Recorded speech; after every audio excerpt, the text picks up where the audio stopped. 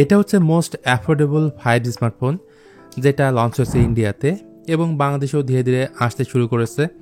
তো ফোনটা হচ্ছে স্যামসাং গ্যালাক্সি F06 5G। এই ফোনটার স্পেশাল কিছু জায়গা আছে, লাইক এটাতে মিডিয়াটেক ডায়মেনসিটি 6300 প্রসেসর দেওয়া হয়েছে এবং স্যামসাং যেটা ক্লেম করছে 4 বছরের মেজর অ্যান্ড্রয়েড আপডেট দিবে। এছাড়াও আরও বেশ কিছু ইউনিক বিষয় আছে এবং বেশ কিছু জায়গায় কমতিও আছে, সেগুলোই ফাইন্ড আউট করবো আজকের ভিডিওতে। ফার্স্ট অফ অল এই ফোনের ডিজাইনটা বেশ সুন্দর, সিগনেচার ডিজাইন থেকে বের হয়ে এবার কিছুটা পরিবর্তন এনেছে এর ক্যামেরা মডিউলে এবং রিয়ারে এক ধরনের ওয়েব প্যাটার্ন তারা ব্যবহার করছে। সো আলো পড়লে বিভিন্ন অ্যাঙ্গেল থেকে ফোনটা দেখতে বেশ ভালোই লাগছে। ফোনটার থিকনেস খুব একটা পাতলা না, 8 মিলিমিটার হলো এটার থিকনেস, আর ওজনের দিক থেকে 191 গ্রাম। মোট দুটি কালারে পাওয়া যাবে, যার মধ্যে একটি হচ্ছে বাহামা ব্লু, অন্যটি হচ্ছে লিড ভায়োলেট। এমনকি সেকেন্ডারি নয়েজ ক্যান্সেলেশন মাইক সহ প্রয়োজনীয় side Mount fingerprint scanner, 3.5 millimetre headphone jack port সহ সবকিছুই আছে। যেহেতু এটা গ্লসি ফিনিশ, সো হাতের চাপ খুব সহজে পড়ে যায়। আর হাইব্রিড সিম কার্ড স্লট থাকায় দুটি সিম অথবা একটি সিম প্লাস একটি SD কার্ড ব্যবহার করতে পারবেন। আচ্ছা, ডিসপ্লে হিসেবে ফোনটার সামনের দিকে থাকছে বেশ বড়সড় একটা ডিসপ্লে, 6.7 ইঞ্চ, যা মূলত HD+ IPS LCD প্যানেল, 90 হার্জের রিফ্রেশ রেট আছে এখানে এবং সিন বেজেল এরিয়াটা অনেকটাই মোটা, যা আর একটু ন্যারো থাকলে অবশ্যই ভালো লাগতো। সামনে থেকে দেখতে গেলে একটু চিপ বা সসা টাইপের মনে হবে। সেই সাথে আবার যোগ হয়েছে ওয়াটার ড্রপ নস এবং এটার পিক্সেল ডেন্সিটি হচ্ছে 262 ppi।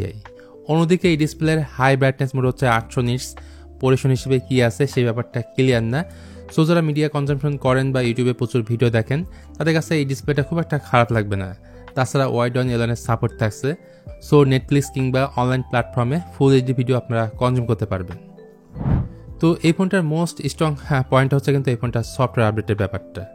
4টা মেজর অ্যান্ড্রয়েড আপডেট পাওয়া যাবে এবং 4টা সিকিউরিটি আপডেট পাওয়া যাবে। আর আউট অফ দ্য বক্স এই ফোনটা রান করছে অ্যান্ড্রয়েড 15-এ, One UI 7 তো রয়েছে এখানে। তো One UI অবশ্যই বেস্ট UI মধ্যে থাকে অ্যান্ড্রয়েডের জন্য। তারপর প্রসেসরটা আবার ভালো দিয়েছে, মিডিয়াটেক ডায়মেনসিটি 6300, TSMC 6 নানোমিটারে বিল্ড করা একটা 5G চিপসেট এবং Mali G57 হচ্ছে এটার GPU।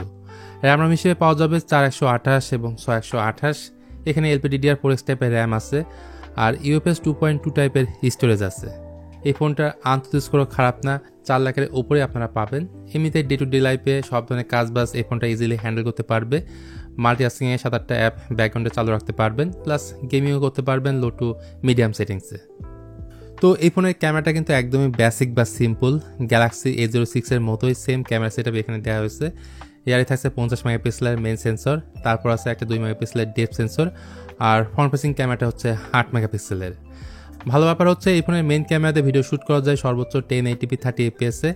যদিও স্টেবিলিটির ঘাটতি আছে। ক্যামেরা রেজাল্ট কেমন চলেন তাহলে একটু দেখে আসছি।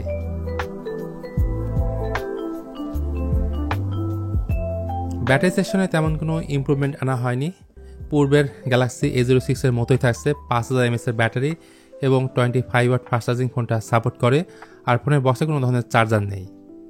এই ফোনটার রানিং প্রাইসটা জানতে কন্ট্যাক্ট করতে পারেন টেক অ্যান্ড টক বিডির সাথে, তাদের সাথে কন্ট্যাক্ট করার যাবতীয় ইনফরমেশন থাকছে ভিডিওর ডিসক্রিপশনে। তো স্যামসাং লাভাররা, আপনাদের কাছে এই ডিভাইসটা কেমন লাগলো সেটা অবশ্যই জানতে পারেন কমেন্ট করে। ভিডিওটি ভালো লাগলে please hit the like button, share করতে পারেন আপনার বন্ধুদের সঙ্গে।